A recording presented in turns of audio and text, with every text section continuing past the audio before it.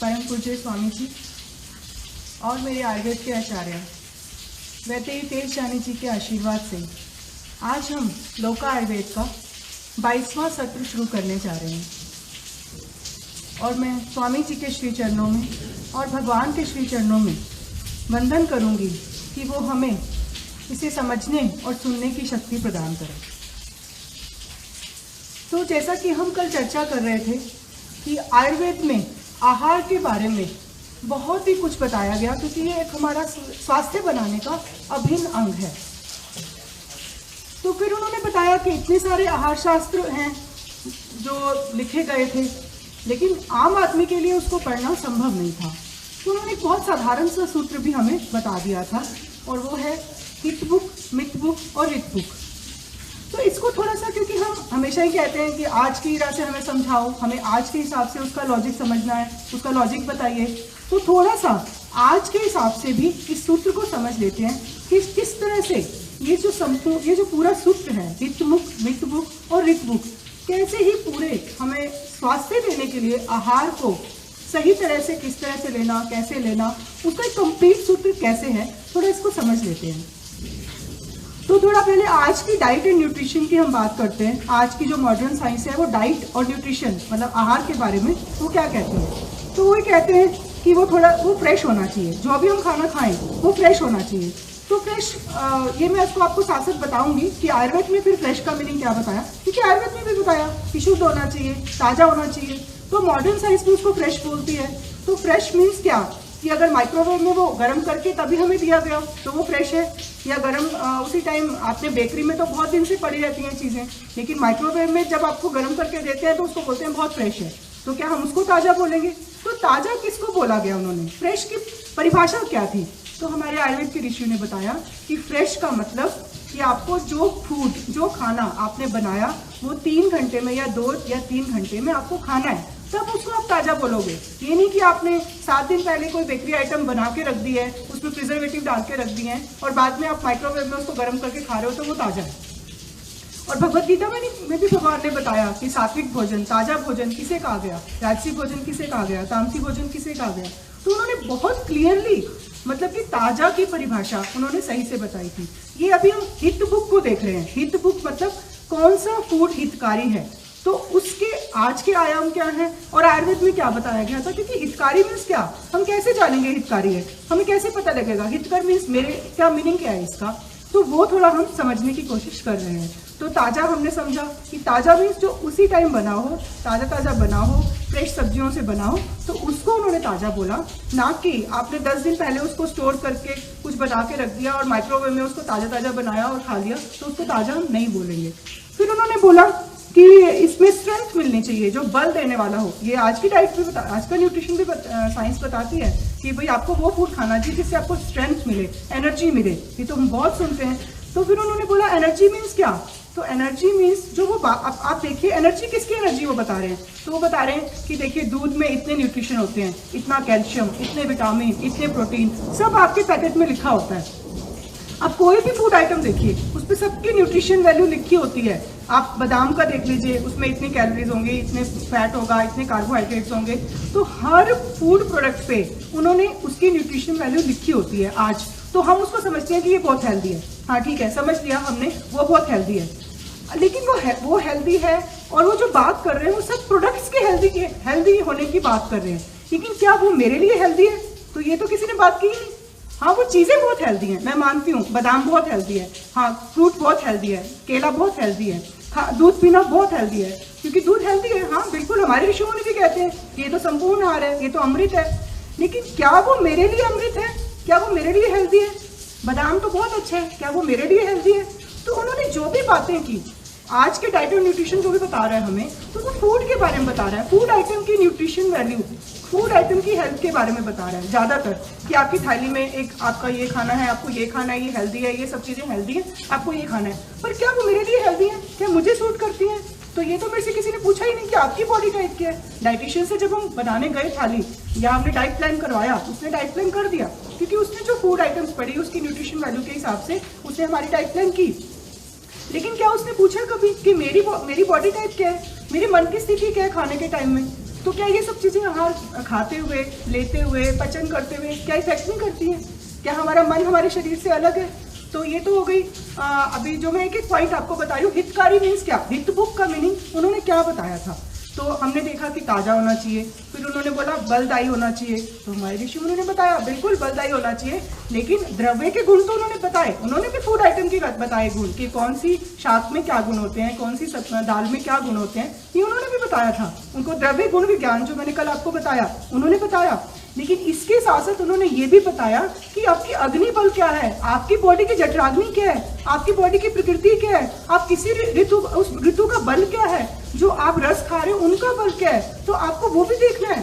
तो इन्होंने हमारे बारे में भी सोचा कि ये जो खाने वाला है, जो भुगता है, जो इसको खा रहा है, उसका नेचर क्या है, जो, क्योंकि खाने के बाद जाएगा कहाँ। आहार तो बहुत अच्छा है, सब आहार अच्छे हैं, सब द्रव्य अच्छे हैं, लेकिन उसको खाने के बाद तो वो हमारे अंदर जा रहे हैं, तो उसका इफेक्ट तो हमारे अंदर हो रहा है। तो हमारे बारे में भी तो थोड़ा बताना चाहिए ना कि जो खाने वाला है उसकी क्वालिटीज क्या होनी चाहिए, हेल्थ तो उसकी बननी है। तो थोड़ा सा हमने ये पॉइंट समझा कि स्ट्रेंथ की बात की हमारे ऋषि मुनियों ने भी और आज की साइंस ने भी।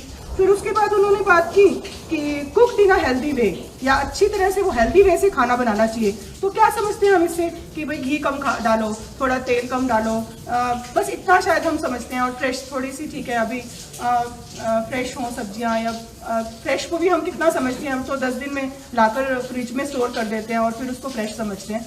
तो cooked in a healthy way हम जितना इतना थोड़ा समझ रहे हैं, लेकिन उन्होंने तो पूरी अनपाक विधि बताई, पूरा पाक शास्त्र लिखा उसके ऊपर कि किस किस तरीके से खाना, किस संयोग से, पाक मतलब क्या कि आपको किस चीज़ के साथ कौन सी चीज़ों का संयोग बनाकर खाना है, वो विरुद्धार नहीं होनी चाहिए। वो हम सारी चर्चा अभी धीरे धीरे करेंगे जब हित मुख के आज के हिसाब से, अब हमें आपको भी तो हम साइंस बता रहे हैं, फिर उसके बाद आज के हिसाब से मैं कैसे कैसे इसको कर सकता हूँ। विरुद्धार उन्होंने क्या बताए थे कि दूध और फल तो दोनों बहुत अच्छे हैं, दूध भी बहुत अच्छा है और फल भी बहुत अच्छा है, लेकिन उन्होंने तो साफ लिखा कि दूध और फल तो साथ नहीं खा सकते, ये तो विरुद्ध है। पर हम तो ऐसा संयोग बना के खाते ही नहीं, हम तो कहते हैं न्यूट्रिशन है तो दूध और फल मिला के खा लेते हैं, तो ना दूध का फायदा होगा ना फल का फायदा होगा। तो कॉम्बिनेशन क्या होना, किस तरह से बनाना, कौन सी दाल को कौन सा तड़का लगेगा, अब भिंडी को कौन सा तड़का लगेगा, इस तरह से उन्होंने बताया। क्योंकि हर सब्जी के अपने गुण होते हैं और एक मसाला जो है वो उसके गुणों को वृद्धि करता है, या उसके जो हमें ना पचने की चीजें होती हैं उस सब्जी में, उसको ठीक करने के लिए वो मसाले डाले जाते हैं। तो ये पाक विधि थी जिसमें उन्होंने पूरा बताया कि आपको कैसा खाना बनाना। तो cooked in a healthy way को हमें बहुत डीपली समझना पड़ेगा, बहुत अच्छे से समझना पड़ेगा। ये कोई छोटी मोटी चीज़ नहीं है कि cooked in a healthy way just बोल दिया तो हमने तेल कम डाल लिया या उबली सब्जियां खा ली तो वो हेल्दी वे हो गया।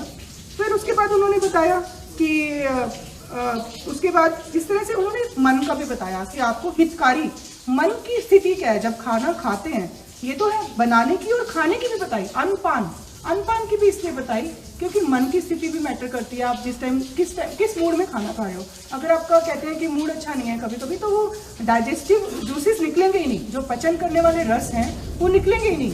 तो आप अगर खा भी रहे हो तो वो अजीर्ण हो जाएगा, वो आपको कभी भी पचेगा नहीं, वो आपको टॉक्सिन क्रिएट करेगा, उसका फायदा नहीं होगा, आपको नुकसान होगा। पर ये तो उन्होंने बताया नहीं। हितकारी मीन्स क्या कि जब मन की स्थिति क्या हो तभी वो खाना तभी हितकर है। तो ये छोटे छोटे पॉइंट्स जस्ट हम समझने के लिए कि आप कहते हैं कि ये हित बुक कैसे है, ये कैसे साइंस है, इसको मुझे पता हो क्यों ये साइंस है, तो हम वो समझने के लिए आज थोड़ा कोशिश कर रहे हैं। फिर इसकी डिटेल चर्चा तो हम करेंगे कि हाँ अनपान विधि आजकल के टाइम में क्या होनी चाहिए, थोड़ा सा पाक विधि भी अगर जितना होगी हम कोशिश करेंगे, पर अनपान का ज़्यादा हमारा कंसर्न रहता है आजकल। और थोड़ा सा अब मिथ बुक भी देख लेते हैं कि मिथ बुक मीन्स क्या कि मात्रा के हिसाब से खाना, अपना जो भी आपका खाते हैं आप उसको थोड़ा सा कम खाना, 2 नेवले कम खाना, 2 bites less, eat 2 bites less, ये थोड़ा हम आजकल सुनते हैं। तो उसका साइंस क्या था, क्यों मुझे मात्रा से कम खाना है, क्यों वो पचन नहीं होगा। तो ये भी उन्होंने पूरा उसके लिए एक अध्याय लिखा है, मात्रा शीतली अध्याय, जो हम कल एक एक करके लेंगे। आज जैसे हम इसकी साइंस जान रहे हैं, तो अब जैसे अब आज के ट्रेंड में तो मात्रा उन्होंने बताई नहीं थी, अब आज के ट्रेंड में कैसे मात्रा बताते हैं कि 20 कैलोरी या 100 कैलोरी एक एडल्ट के लिए उसको पर एक दिन में लेनी चाहिए। सपोज एक एग्जांपल कि एक एडल्ट को इतनी कैलोरी एक दिन में लेनी चाहिए, ये उनको बता देते हैं।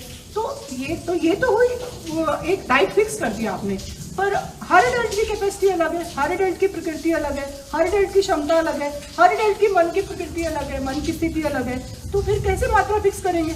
तो इसकी पूरी साइंस उन्होंने मात्रा शीतली अध्याय से बताई है कि हाँ हम कैसे फिक्स करेंगे। फिर एक कॉन्सेप्ट है मात्रा में कि थोड़ा थोड़ा धीरे धीरे खाना, थोड़ा थोड़ा बीच बीच में खाना। ये भी हम आजकल सुनने में आते हैं, बहुत सारे डाइट प्लान ऐसे भी आ रहे हैं कि थोड़ा थोड़ा कभी कभी खाएं। लेकिन उन्होंने ऐसे नहीं बताया था, उन्होंने बोला ऐसे से अगर आप ऐसे खाओगे तो आपकी जठराग्नि पे क्या इम्पैक्ट होगा और उससे विषमाशन हो सकता है कि वो आपके लिए विष बन सकता है खाना। तो इसकी भी हम कल हम मिथ बुक को लेंगे पहले, तो इसकी हम थोड़ा थोड़ा कल चर्चा करेंगे। और एक लास्ट जो है ऋतु बुक, तो ऋतु बुक का जो मतलब है वो 2 तरीके से लिया जा सकता है, ऋतु के हिसाब से खाना और किस रीत से खाना, तो ये 2 तरीके से लिया जा सकता है। तो सीजन के हिसाब से तो आजकल हमने तो देखा नहीं कि हमारी डाइट या हमारा जो कल अभी मॉडर्न साइंस है वो तो कहती है कभी भी कुछ भी खा सकते हैं 24 घंटे, क्योंकि आपको हमने सब कुछ अवेलेबल करा दिया है, ग्लोबलाइजेशन हो गई है, तो आप कभी भी कुछ भी खा सकते हो। तो सीज़न के हिसाब से तो शायद वो चर्चा बहुत कम नहीं करते हैं, लेकिन सीज़न का क्यों इम्पैक्ट है, क्योंकि सीज़न हम इस प्रकृति का हिस्सा है, तो सीज़न हमारे शरीर पे इम्पैक्ट डालते हैं, इसलिए वो साइंस भी उन्होंने पूरी बताई है और इसके बारे में हमने चर्चा भी की है थोड़ी। और जो एक रीत किस रीत से खाना, ये भी कई लोग इसका मीनिंग निकालते हैं, तो उसका मतलब है कि किस रीति से खाना बनाया गया, किस मनोभाव से खाना बनाया गया। मीन्स पहले आजकल क्या हमारा खाना जनरली कभी हमारी मेड लगी होती है खाना बनाने वाली, या कोई हम कुक लगाते हैं खाना बनाने वाले, तो जो उसके भाव होंगे वो खाने में जो बनाता है वो उसके वैसे भाव जाते हैं और हमारे मन की स्थिति भी वैसी होती है। तो इसलिए कहा गया कि किस रीत से खाना बनाने वाले के मन की स्थिति क्या है, खाना बनाते हुए भाव क्या है। और अगर आपने ये खाना बना रहे हैं, आपने किसी के पैसों से छीन के तो ये सब्जी नहीं लेके आए, आपने किसी का छीना हुआ आहार तो नहीं खाया, तो ये सब चीज़ें भी हमारे मन पे, हमारे शरीर पे इम्पैक्ट डालती हैं। तो रीति का और ऋतु का वो ऋतु बुक में उन्होंने बहुत अच्छे से बताया था। तो ये है एक्चुअली हमारी जो मॉडर्न डाइट एंड न्यूट्रिशन है, उसमें जो हमें थोड़ा बिखरा हुआ ज्ञान मिल रहा है और इनकम्प्लीट ज्ञान मिल रहा है, जिसको हम न्यूट्रिशन समझ रहे हैं, जिसको हम हेल्थ समझ रहे हैं, तो उन्होंने तो इसके बारे में पूरा स्टडी करके एक आसान सा सूत्र हित बुक, मिथ बुक, ऋत बुक, जिसको हम थोड़ा थोड़ा आगे समझेंगे तो बहुत ईजी तरीके से उन्होंने हमें दिया। तो हमें लगता है कि अब हमारे लिए इतना तो समझ आ गया होगा कि हाँ, हमारी जो आयुर्वेद की साइंस है वो वाकई में ही उसकी हर एक चीज़ में कुछ ना कुछ हमें हमारा स्वास्थ्य छिपा है। वो ऐसे ही नहीं है कि उन्होंने कुछ सूत्र दे दिया और हमें फॉलो करने के लिए बोला। तो आशा करते हैं कि हम इसे ज़रूर फॉलो करेंगे। तो इसी के साथ हरिओम तत्सत, स्वामी जी के चरणों में वंदन और धन्यवाद।